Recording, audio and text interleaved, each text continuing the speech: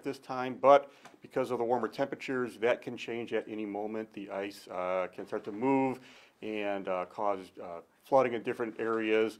What we're really urging residents to do is really be mindful of what the river's doing, have a plan. If their area starts to flood, they can get ready to evacuate. And again, just be cautious and alert to any kind of changing conditions in the river. We're working with our partners who you'll hear from in a couple of minutes. We've got ice spotters out, keeping an eye on things. So if things do change rapidly, we can help get that message out to the residents. But again, our big mission, our big, concern. Thank you. Our big concern right now is safety for the residents. We really want to make sure that they're aware of what's happening with the river, any kind of changing conditions, and they have a plan to evacuate should we have to get to that. So, is the concern the ice jam? Is it the rain? Is it or is it just everything? It's really kind of everything. So it's wintertime, so the ground is frozen. The rain doesn't get sucked up as well as it does in the springtime and the summer. So the rain really starts to run off a lot more than it used to. Rising streams can cause the ice to break and jam up in different ways and in different locations. So the flooding can really happen anywhere in the area where we have ice right now. So where we were on Cottage, Mm-hmm. it's moving. At least Yes. half of it. Mm-hmm. Is there an ice jam like down by Dresden? There's a channel from, there's a railroad trestle bridge right in that area. There's a channel that's downstream. It's fairly open. But upstream, there's a bunch of ice between upstream there and like the Kankakee County area. So there's a lot of ice that's going to come through. And so we're kind of concerned about when it comes through what it might do. Tom, can you be a little bit more general for those who are not familiar with Wilmington who are watching right now? We're talking the river, but how long and exactly how many homes potentially could be impacted by these flash floods you're concerned about? It's probably a 7 or 8 mile stretch of ice we've got right now. And as far as the number of homes, what would you think? A couple hundred maybe? Probably estimated in the Phelan Acre subdivision and unincorporated areas, probably a couple hundred. Okay, so roughly a couple hundred homes. Thank you. Mm-hmm. And then in terms of the siphoning that's being doing to push warm water Yes.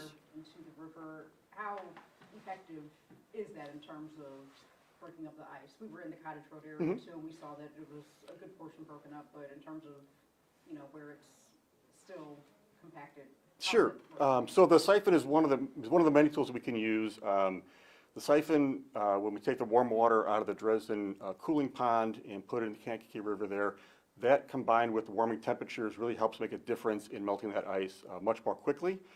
So the siphon is definitely an effective tool, but it's just works a whole lot better when it's working in concert with Mother Nature warming things up too. So the channel will continue to open up as temperatures warm up a little bit. So hopefully that answers your question. And what? In terms of the river height right now, I was told that typically on a normal day it's about 4 feet. Mhm. Now it's close to 13 feet. Yeah. Is that correct? I think that's what the gauge is putting out right now, yes. We have rain coming, expected around 5, a little later this evening. Obviously, that is the ultimate concern, and just how quickly do you believe this could move? It's really hard to say how fast it could move. At any given time, the ice can break up and start moving downstream, so it's really hard to predict that. We work very closely with the Weather Service, and they've been great giving us as much forecast information as they can, but that's really hard to predict how fast or how soon that could But happen. the rain is not beneficial to you. No, it's a concern for us, absolutely. And Tom, can you speak to any other mitigation efforts that you have been putting in place? Or, we've talked about the Dresden, we've talked about the cooling water. What is being done right now in terms of trying to either help move this along or help to dissipate this? Yeah, there's not a whole lot of technical things we can do. Again, it's just it's a lot of ice, and it's hard to break that up, technically speaking. So we're really trying to use the warm water siphon as much as we can in concert with the warming temperatures. As far as other mitigations, we have a way to notify residents if there's any kind of evacuation in their neighborhood. We can do that very, very quickly. And a lot of the residents are really in tune with what the river's doing, so they're pretty well aware of what's going on.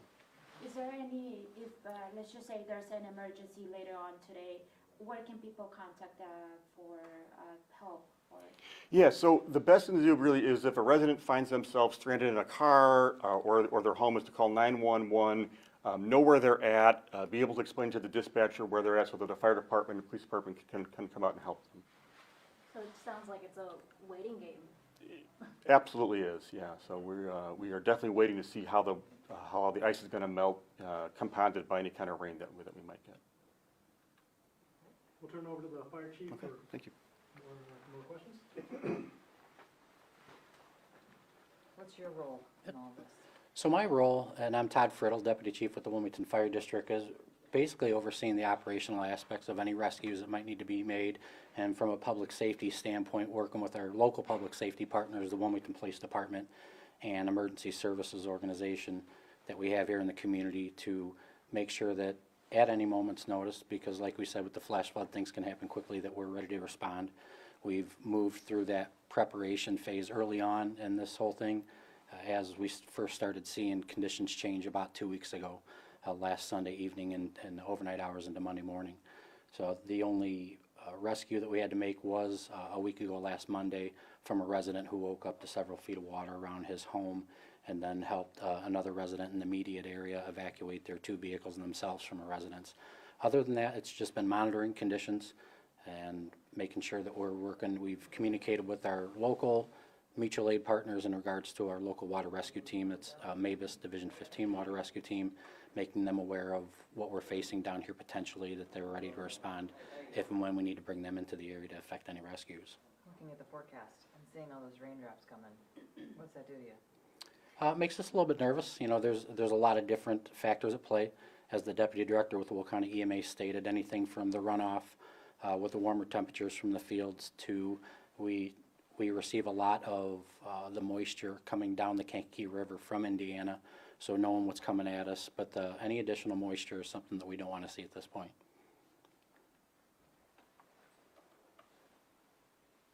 And I'll turn over to Dennis Hausman with Wilmington Emergency Services. They cover pretty much what I gotta say, so. Can you give us your first, last? Dennis Hausman, Housman. Yeah, it's a waiting game right now. Mother Nature's the only one that knows what's going to happen, and she's not talking to us right now, so just kind of wait and see. Make sure everybody's aware of the situation, which I believe they are. Just wait and see. Are you a lifelong resident? I've been doing this for quite a while. I've been doing this about 40 years. For those that don't live here, or haven't traveled down here, does this happen every year? Does it happen twice every year? How bad is this? It didn't happen last year, but it happens. About every year you get an ice jam, some more severe and some are less severe, depending on the weather, cold weather, warm weather. It's, like I said, Mother Nature, you know, so. Yeah, last year we had nothing, this year we got an ice jam. I think the biggest, the last jam gave us problems with 2019, so. But like I said, Todd, or Chief said that all the residents that live along the river, they're aware of the situation, and they're, you know, they kind of take care of themselves and everything. So it's we'll live through it. I mean, I'll guarantee one thing: it'll be gone in June. So you know, that's all I can say. But. And if not, we'll be back. Right, right. Dennis, I don't know if this is a question for you or Todd. Just trying to get understanding. Is there a way to prevent the freezing before it happens? I know you're breaking it up now. One resident kind of pointed out they felt as if there was some delayed reaction. How do you respond to that person who might say, can you, I don't even know, can you? No, you get can't. Started early? This jam, it grew within 10 miles within 2 or 3 days, and that's highly unusual.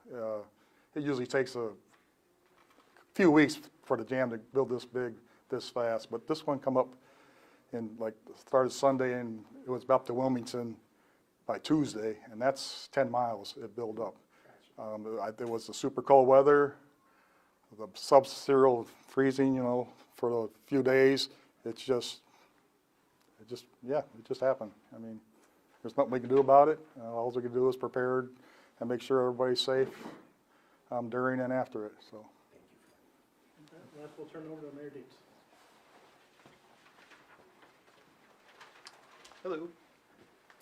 Again, I don't think I need to rehash anything that's already been said. The condition's been pretty steady, so I'll happily answer any questions I can. Can you say your first name, your last name, and spell them both for us? Ben, B-N, Dietz, D-I-E-T-Z. And Mayor. Mayor. Just talk, this is your town, this is your community. Did you grow up here? I did not. You did not, okay, but this is your community. What message do you have for residents watching? I think the residents are very well informed of what's going on. Again, it's not something that happens, I mean, it is something that happens very frequently, almost annually for us. So those that are affected absolutely know what to expect, and Our message is simply the city's ready to help if we need to. The fire department and EMA are all on board with that same plan, so I don't think there's anything new or unusual for them. It's just this time of year that's to be expected. Mayor, if it gets to the point where you have to do the evacuation orders, what is the message that you send to those residents when those orders come? Because sometimes people, because they're so used to it, think, well, I'll be okay this time. What is the message that you send to anyone if, in fact, that evacuation, those orders come?